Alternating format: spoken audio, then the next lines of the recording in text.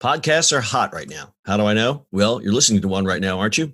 But you might be wondering, how on earth do I get my voice out there and start my own podcast? It all seems so intimidating. Between hosting and platforms and monetization, it can get real complicated real quick. Well, I'm going to let you in on a little secret. We started this podcast over 2 years ago, not knowing clue one on how to do it.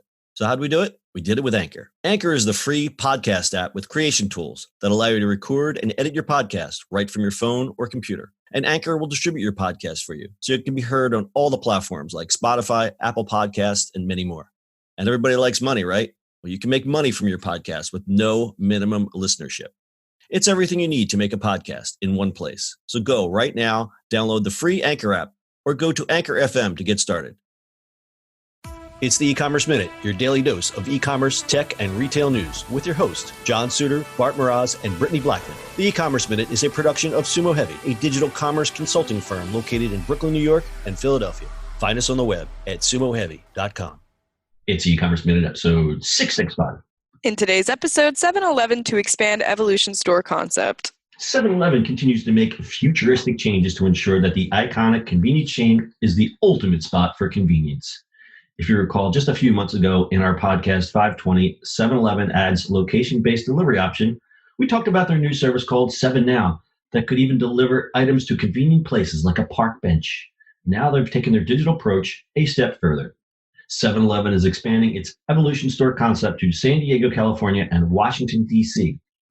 7-Eleven's Dallas Evolution Store, which opened last spring, exceeded the retailer's expectations, raising the bar for a nationwide expansion as high-tech competitor Amazon Go continues to grow and evolve.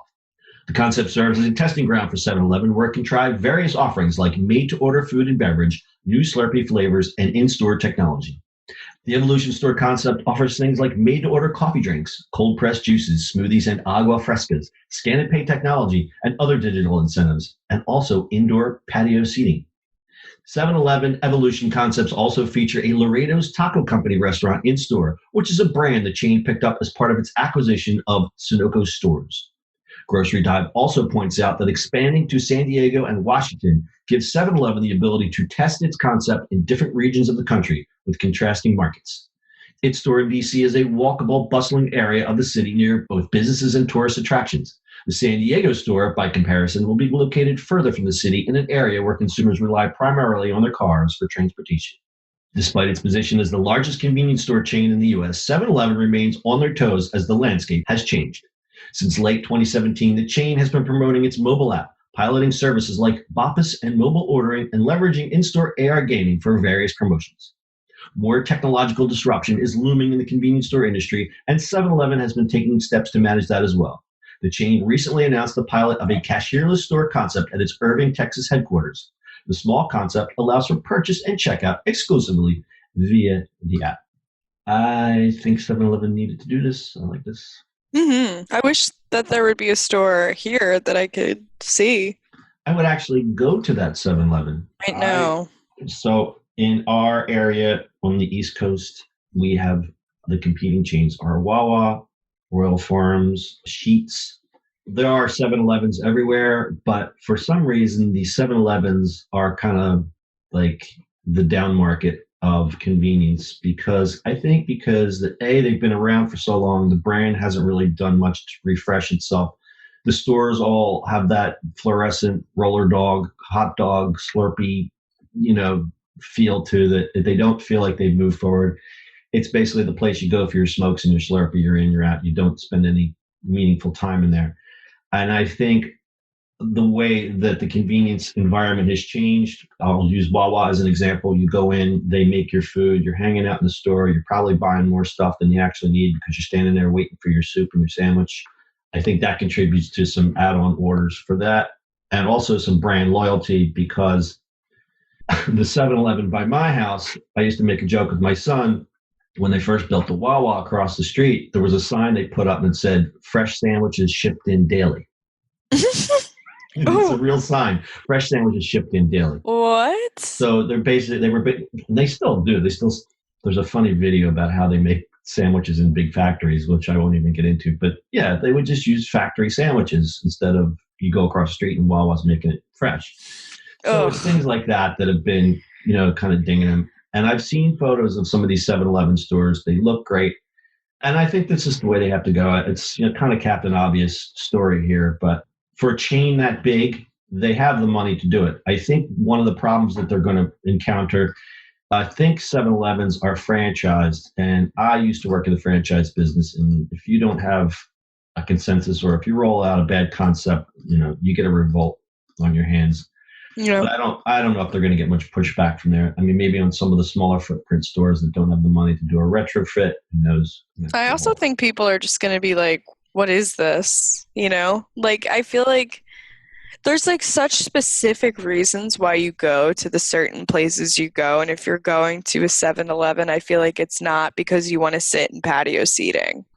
Correct. But if you have a 7-Eleven that's on a rest stop, like a great example, I just drove from Florida back to Pennsylvania, and I hate to say it, I love truck stops, man. I just love going in and out and see what's going on with the world. And listen, you got to rest, you got to stop. And if you offered something a little bit more like where you could just take a break and hang out and do something like that I don't want to hang out at a 7-Eleven, but given my choices, am I going to sit in a Waffle House, or am I going to sit in the truck stop where I can just have a nice seating there?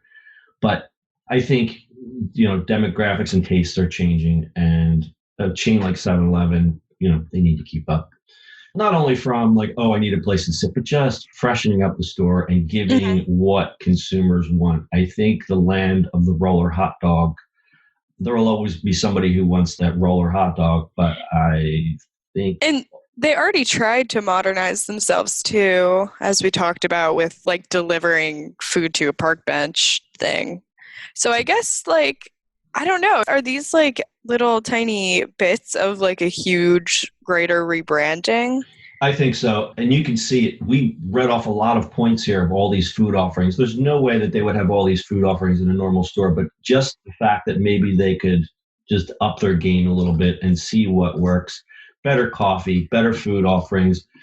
And more importantly, what I'd always like to speak to is the demographic shift towards more healthier choices. Even if you are someone who drives all the time and you just want to run in and get something convenient, you don't want to eat garbage all the time. You want to eat something a lot better. And if they could find out that combination of convenience and better product offerings without breaking the bank, they can't lose. So, I mean, there is competition, but a lot of that is hyper-regional. So a lot of what we talked about, Wawa, Sheetz, and Royal Farms, people in the other part of the country are probably scratching their head and going, I don't know what that is.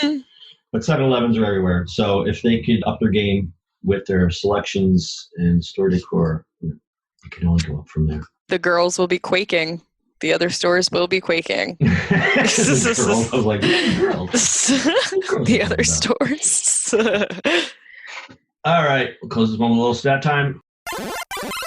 About 165 million consumers shop at convenience stores daily, and many don't spend more than a few minutes in these locations. That is absolutely true. Just go to the 7-Eleven by my house. They run in, get their smokes, and they're out.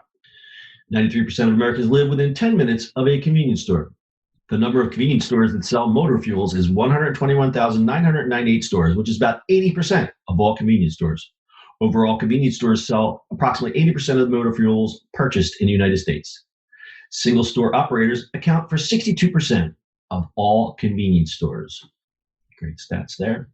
And I'll leave you with a little anecdote. The 7-Eleven by my house just had a really crazy thing happen. There was a guy who ran in to get his smokes, and he left his car unlocked, and a guy snuck into his car with a machete. And the guy came out with his smokes, and the guy with the machete carjacked his car. They caught it all on video. It was pretty crazy. With a machete?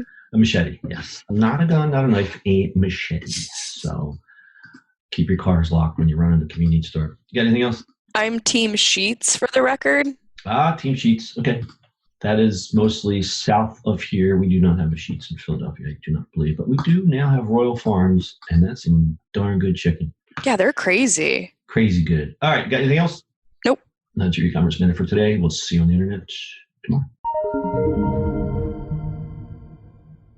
That's it for today's show. If you like the show, do us a favor and subscribe, or leave us a review on iTunes. And don't forget, you can now listen to the e-commerce minute on your Amazon device. Just add e-commerce minute to your flash briefing. And finally, if you have a comment or suggestion, or just want to say hi, find us on social media at SUMO Heavy.